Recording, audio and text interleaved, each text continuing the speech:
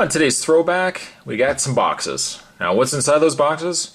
Well, today we're having a look at the Mattel San Diego Comic-Con. We're looking at the Justice League Unlimited exclusive Solomon Grundy.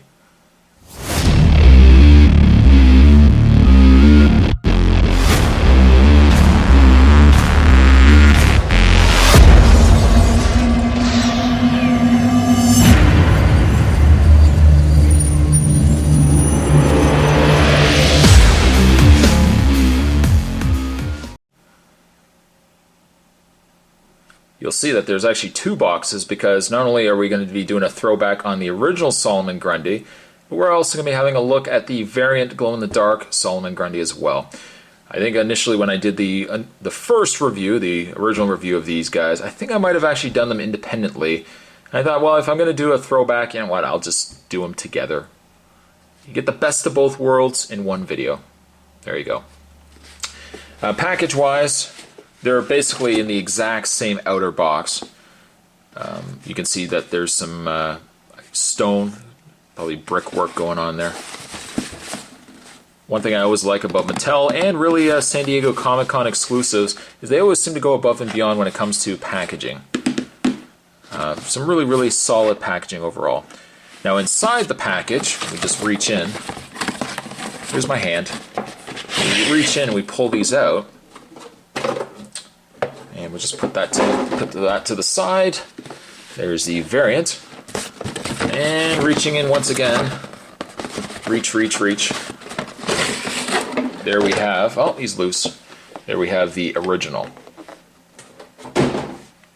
And actually, you can see that, you know, not only do they come with a really nice outer packaging, but the actual interior packaging is really nice as well.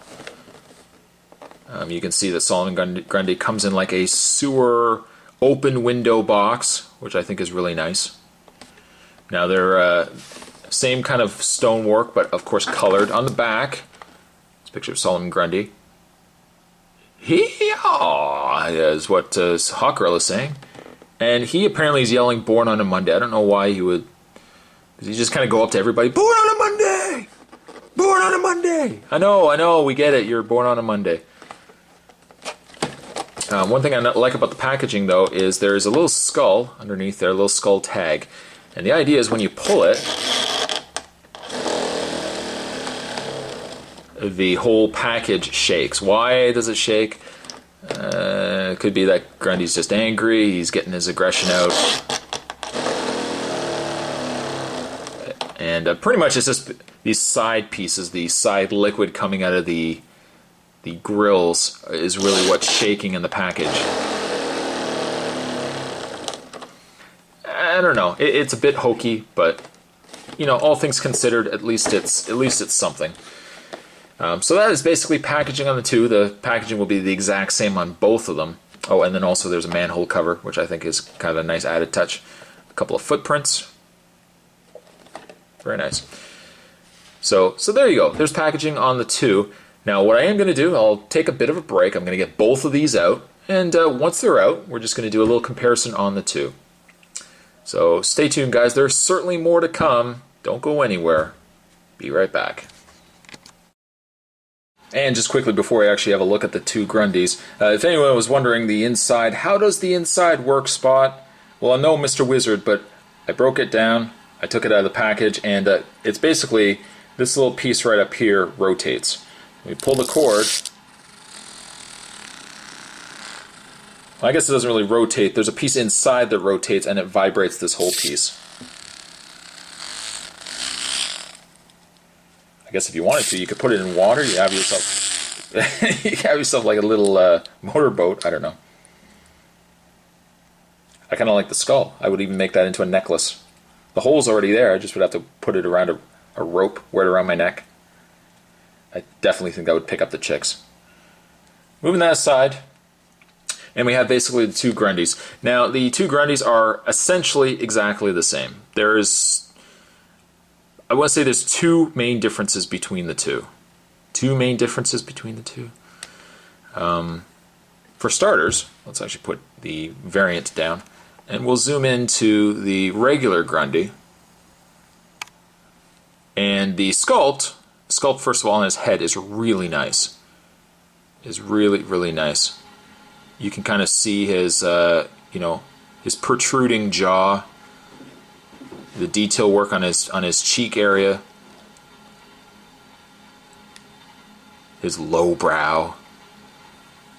Really nice work. Really, really nice work.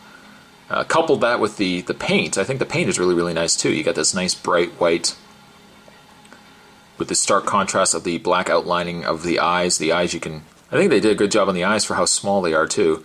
You can even see the teeth in there. And I think you can even see that there's some gray gums going in there as well. So really, all things considered, nice work. Nice, nice work. It, of course, has the typical, I don't know where it comes from, the Mattel dust, which has been present on a couple of DC Universe figures. It's here as well.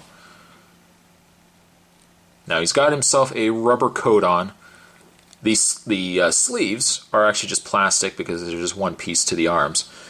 But then the jacket itself is a rubber. See there, you can see some of the dust inside. It's like space dust. I don't know where it's...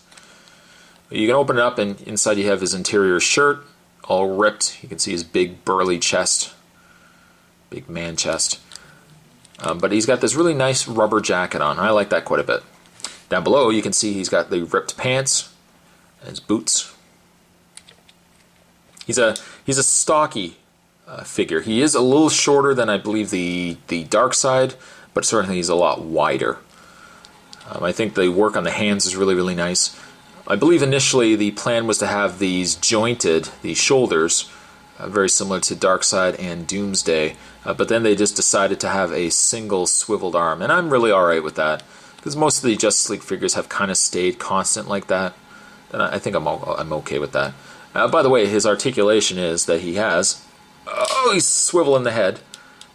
He's got the standard swiveled arms and swiveled legs.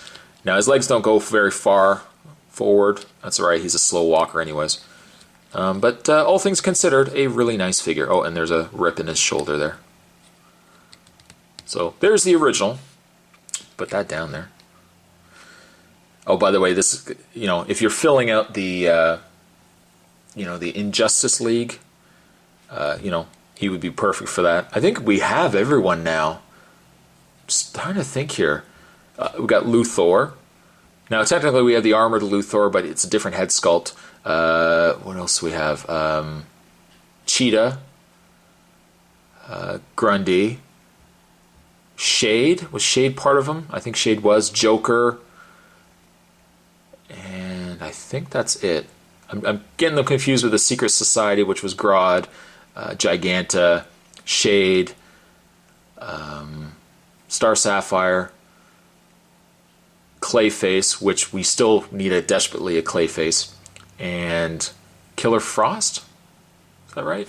Anyways, if you're filling out the Injustice League, you know, Grundy would be the missing point, or the missing figure, and this would be ideal for it. Then we move on to the variant. The variant's a little bit different. It's essentially the same sculpt as the original Grundy, and then they've just done some tweaks to it. For starters, we zoom up to his face, and gone are the pupils, as you can see. The face is essentially the same. But they've taken out the pupils, they've given us these kind of yellowed eyes, and then they've kind of put this slime all over his body. There's slime all over his arms, all over his hands. There's this same slime. I don't even think I mentioned his fingernails, but I even like the fact that they put the detail work on the fingers. Slime all over his boots, all over his legs, everywhere. I'd say ideally your options are between the two. I would say your best bet is just get the regular Grundy. But, you know, if you're following the cartoon, this could kind of be the Grundy that was brought back.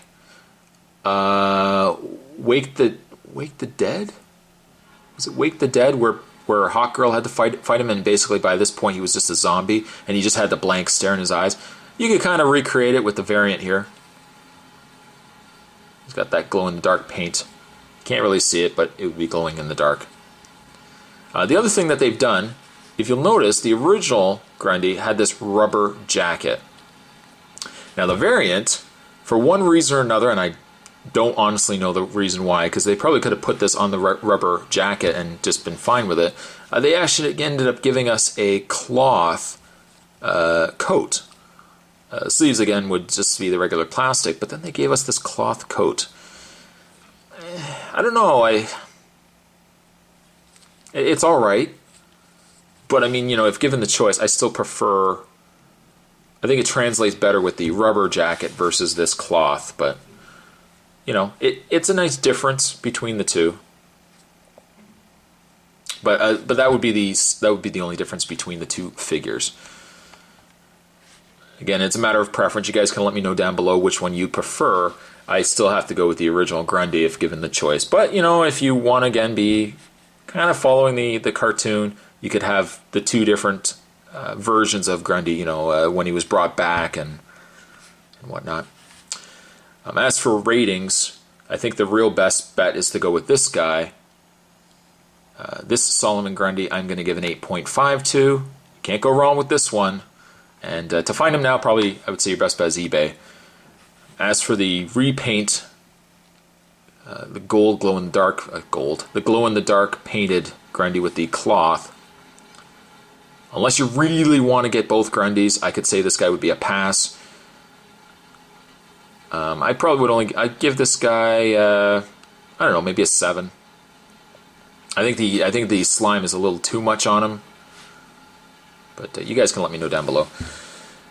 Today's throwback, though, kind of going back to one of my older videos. Today's throwback, we're having a look at the San Diego Comic-Con, the Justice League exclusive Solomon Grundy. We were both looking at the original Grundy, and it actually occurs to me the way that he was pegged still into his card. I don't think I actually reviewed this guy. I think I just showed him on camera.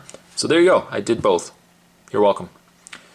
Yep, but today's throwback, where I look at Solomon Grundy. You guys can let me know down below what you think of these particular figures. And you know what? Give me a rating on what you would grade both of these. Let me know down below. Thanks for watching, though, guys. I'll see you guys next time.